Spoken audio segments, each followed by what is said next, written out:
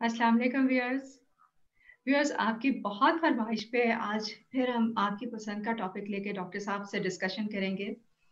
आज का हमारा टॉपिक है, मौजू है जोड़ों के दर्द यानी आर्थराइटिस के बारे में। डॉक्टर इफ्तिखार ख्वाजा हमारे साथ मौजूद हैं। प्रिम्स इस्लामाबाद में न्यूरोलॉजी के डिपार्टमेंट के हेड ऑफ प्रोफेसर रह चुके हैं। आजकल इंग्लैंड में बतौर मेडिकल कंसल्टेंट काम कर रहे हैं। अस्सलाम वालेकुम डॉक्टर साहब। अस्सलाम वालेकुम। डॉक्टर साहब, बहुत कॉमन बीमारी है जोड़ों के दर्द की। सबसे पहले तो हमें सिर्फ समझा दीजिए कि ये है क्या चीज।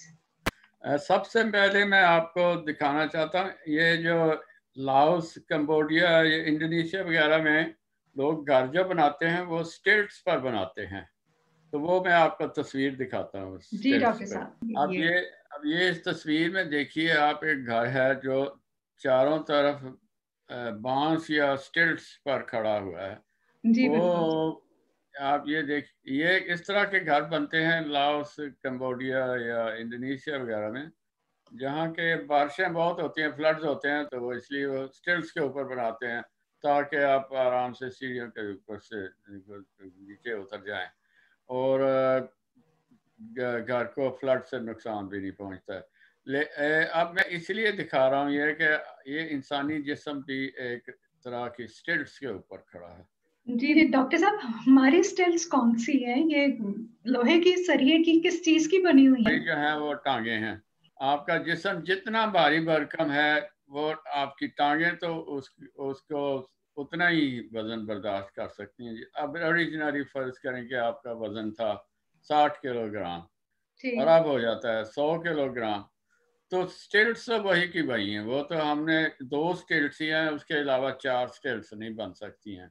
बिल्कुल। तो वजन जो है वो सारा आपके घुटनों पर ही पड़ता है।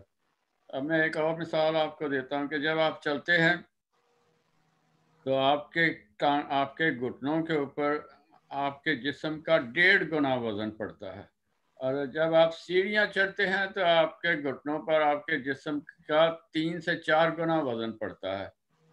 ये डॉक्टर साहब, वजन तो उतना ही रहता है, मतलब वो सीढ़ियाँ चढ़ने पे किस तरह से वो बढ़ किस तरह जाता है? फिजियोलॉजी ऐसी है ना, फंक्शन ऐसा है कि जब वह थोड़ा सा बेंड होता है तो वजन वजन ज्यादा हो जाता है। पहलवान जो बैठ के निकालते हैं, बिल्कुल। बैठक निकालते हुए घुटनों के ऊपर 8 गुना वजन ज्यादा पड़ता है। आपका वजन फर्ज करें 80 किलोग्राम है, तो आपके घुटनों पर 640 किलोग्राम वजन पड़ता है जब आप बैठ के निकालते हैं।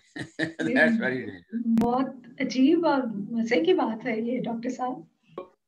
इसीलिए घुटनों, ये जो है ये आर्थराइटिस कहते हैं। इन्फ्लेमेशन मतलब कई किस्में होती हैं। Inflammation of joint, inflammation joints की इन्फ्लेमेशन है, तो उसकी कई किस्में होती हैं। Rheumatoid arthritis, gouty arthritis, septic arthritis, osteoarthritis.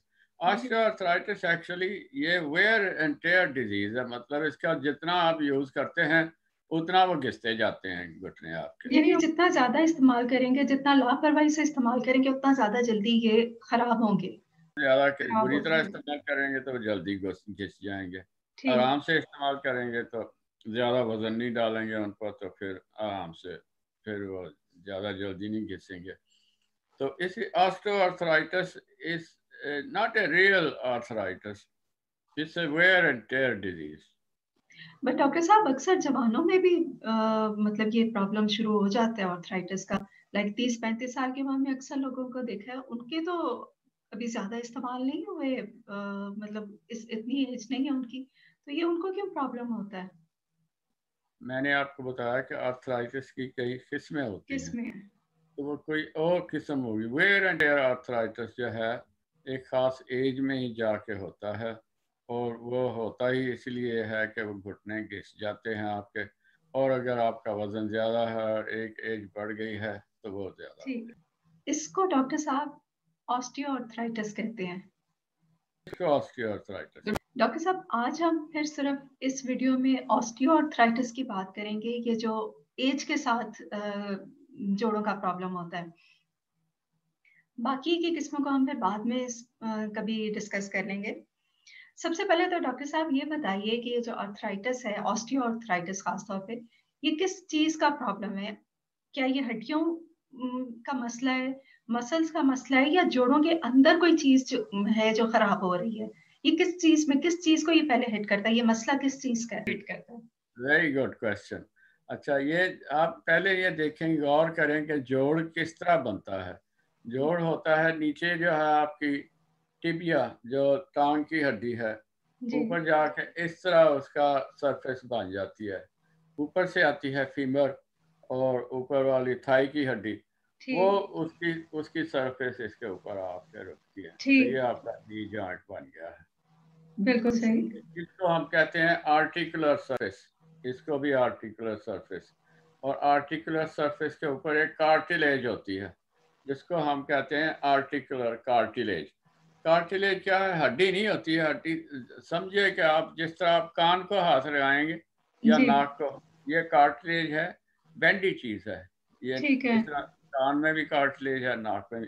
तो और उसमें जॉइंट, जिस तरह गाड़ी के बाल जॉइंट्स होते हैं, अंदर तेल भरा होता है, इसके अंदर भी तेल भरा होता है नी जॉइंट के अंदर। ठीक है। उसको हम साइनोवियल फ्लूइड कहते हैं। वो फ्लूइड भरा होता है नी जॉइंट के अंदर। ठीक है। तो वो इसको हिला जुलाता रहता है।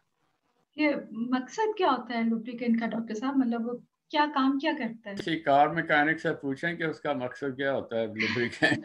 कार मैकेनिक तो आपको फौरन बता देंगे कि ये आर्थराइटिस क्या होता है। गाड़ी का भी तो कहते हैं गोडे गिट्टे घिसे जाते हैं। दे आर द सेम बाल जॉइंट। तो ये बाल जॉइंट नहीं है, लेकिन ये और तरह ये भी है। आपको मैंने समझाया ये जॉइंट किस तरह बनता है। और एक इसमें शॉक एब्जॉर्बर भी लगे होते हैं। जी। वो शॉक एब्जॉर्बर जो हैं वो उनको कहते हैं मेनिस्कस। मेनिस्कस आप अगर समझ लें तो वो, आप बेशक नाम ना याद रखें। जी। वो इसके नीचे वाली टिबिया जो है ना, बोन, उसके ऊपर दोनों साइडों पर जिस तरह चांद नहीं लगा होता है, चांद की तरह की शक्ल की कार्टिलेज लगी होती है। ठीक। तो वो मेनिस्कस जो होती है वो एक शॉक एब्जॉर्बर है। यानी डॉक्टर साहब अगर मेरे जैसे किसी लेमैन की जुबान में बात करें तो ये हड्डियों को आपस में रगड़ से बचाने के लिए ये अल्लाह ने एक कुशन का बीच में इंतजाम किया है। वो एक कुशन सा लुब्रिकेंट सा जो है वो उसको कुशन करता है। कुशन का, बिल्कुल कुशन के। जिस तरह गाड़ियों में शॉक एब्जॉर्बर नहीं होते, उनको ज्यादा झटका लगता है, तो वो शॉक एब्जॉर्बर झटके को एब्जॉर्ब कर लेते एब्जॉर्ब हैं। करता है। अच्छा डॉक्टर साहब अब ये बताइए कि ये जो आर्थराइटिस है ये सबसे पहले किस चीज को हिट करता है? हड्डियों को करता है, मसल्स को करता है, या ये जो जोड़ों के अंदर का मसला है ये किस चीज को सबसे पहले अफेक्ट करता है? तो कहते हैं you hit the nail on the head. यही तो इम्पोर्टेंट मसला है। सबसे पहले वो कार्टिलेज को अटैक करता है यानी कुशन खत्म हो जाता है। ना। कुशन खत्म हो जाता है इवेंचुअली। जब कार्टिलेज बिल्कुल ही खत्म हो जाती है तो बोन के ऊपर बोन रह जाती है, और वो दैट्स वेरी पेनफुल। अच्छा डॉक्टर साहब ये जो हमारे घरों के तकिए और कुशन वगैरह हैं जब ये बैठ जाते हैं तो उसमें नई रुई भरवा लेते हैं। तो ये बताइए जब जोड़ों के कुशन खत्म होते हैं तो फिर क्या उसको भी रुई से भरा जा सकता है? उसके लिए क्या किया जाए? अनफॉर्चुनेटली कार्टिलेज जो है वो नई पैदा होना मुमकिन नहीं है, क्योंकि वो एक दफ़ा घिस जाए तो उसकी रीजनरेशन नहीं होती है। तो क्या ये डॉक्टर साहब लाजिम है कि उम्र के साथ ये हर एक को होगा, इनएविटेबल है कि हमें 50-60 साल की उम्र में जाके ये तैयार रहना चाहिए कि ये लाजमी होगा क्योंकि उम्र के साथ इस्तेमाल तो बढ़ेगा जोड़ों का? कि अगर आप शुरू से एहतियात करें तो वो नहीं होगा इंशाल्लाह। ये कौन सी एहतियात है डॉक्टर साहब? बात तो ये है कि नीज को सही तरह से इस्तेमाल करें। उन पर ज़्यादा बोझ, सबसे पहला काम तो ये है कि उन पर ज़्यादा बोझ ना डालें। मतलब ये कि वज़न ना अपना बढ़ाएं। वजन बढ़ने दिया जाए, ठीक है। डॉक्टर साहब आप वैसे कह रहे हैं कि ज्यादा इस्तेमाल से ये घिसना शुरू हो जाते हैं, तो फिर बात तो ये समझ आती है कि हमें ज्यादा अपने मतलब जोड़ों को इस्तेमाल नहीं करना चाहिए। आप तो हमें हमेशा एक्सरसाइज का और एक्टिव रहने का मशवरा देते हैं। तो अगर जोड़ों को बचाना है तो फिर तो ये लगता है कि हमें अपने जोड़ों को बिल्कुल इस्तेमाल नहीं करना चाहिए। तो ये इसका ये मतलब नहीं कि आप हर वक्त कुर्सी पर बैठे रहें। इसका ये मतलब है कि आप इस तरह की मूवमेंट ना करें जिससे घुटनों को नुकसान पहुंचे। तो वो एक्सरसाइज जो है वो एक तो मैंने पहले पॉइंट आउट कर दी कि बैठक निकालने वाली एक्सरसाइज ठीक नहीं है। और अगर आप इनएक्टिव हो जाते हैं तो आपके जिस्म पर भी फैट चढ़ती है और घुटनों के इर्द गिर्द भी फैट होती है और आपके मसल्स भी लैक्स हो जाते हैं। जो मसल्स के घुटनों के गिर्द जो लिगामेंट्स हैं वो भी लैक्स हो जाते हैं। मतलब आपको रस्सियों के साथ जब पकड़ा होगा तो आपकी रस्सियाँ ढीली हो जाती हैं। तो जब रस्सियाँ ढीली हो जाती हैं तो घुटने में इस तरह की मूवमेंट बढ़ जाती है। वो मूवमेंट ठीक नहीं है, उसके साथ कार्टिलेज आपकी घिस जाएगी। यानी डॉक्टर साहब मुझे जो समझ में आई है कि रेगुलर रूटीन की एक्सरसाइज ज़रूर की जाए, लेकिन ओवरडू ना किया जाए कि मतलब बहुत ज़्यादा हेवी एक्सरसाइज ना की जाए। भारी किस्म की एक्सरसाइज आप कर सकते हैं, लेकिन वो भारीपन जो है घुटनों के ऊपर आपका बोझ ना पड़े। तो डॉक्टर साहब वैसे क्या ये प्रिवेंटिव एक्सरसाइज अगर कोई आप बता सकें कि जो एक्सरसाइज हम रूटीन में करते रहें और उससे फिर हमारे जोड़ जो हैं वो मतलब वो मजबूत भी रहें और खराबी की तरफ भी ना जाएं। दौड़ना जो है it's a very good exercise, लेकिन दौड़ने के साथ भी इवेंचुअली आपके कार्टिलेज घुस जाएंगे। तो जी। सबसे बेस्ट एक्सरसाइज जो है वो ब्रिस्क वॉक है। उससे भी ज़्यादा जो वॉकिंग से भी ज़्यादा जो अच्छी एक्सरसाइज आपको मैंने बताया था कि वॉकिंग के साथ भी घुटनों पर 1.5 गुना आपके वजन का 1.5 गुना वजन पड़ता है। तो सही। उससे भी बेहतर जो एक्सरसाइज है वो साइकिलिंग है। साइकिलिंग के साथ आपका आपके जो है मैं मसल अभी आपको थोड़ी देर में बताऊंगा। क्वाड्रिसेप्स जो मसल्स हैं वो मजबूत होते हैं। डॉक्टर साहब अक्सर खवातीन साइकिलिंग नहीं कर सकती वजन की वजह से या किसी और वजह से। वो घर में जो एक्सरसाइज साइकिल भी है उसके ऊपर बैठना उनके लिए मुश्किल होता है। तो क्या इसकी बजाय आप कोई और चीज रेकमेंड कर सकते हैं? एक पैडल मिलते हैं जो कि आप कुर्सी पर बैठे बैठे पैडल चला सकते हैं, वो भी उसकी मैं आपको तस्वीर दिखाऊंगा। जी डॉक्टर साहब।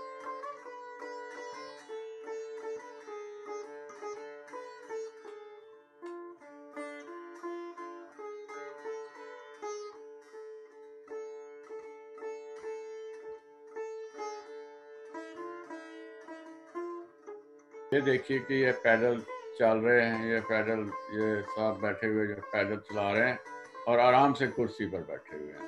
तो बहुत उसके अच्छे। भी नुकसान नहीं पहुंच रहा किसी को भी। आपके जो मसल्स जो है थाइस के सामने वाले मसल्स जो है उसको हम क्वाड्रिसेप्स कहते हैं। आपकी थाई के सामने जो है तो वो जी। क्वाड्रिसेप्स की एक्सरसाइज हो जाती है उसके साथ। बहुत अच्छे डॉक्टर साहब, ये बड़ा अच्छा आपने तरीका बता दिया।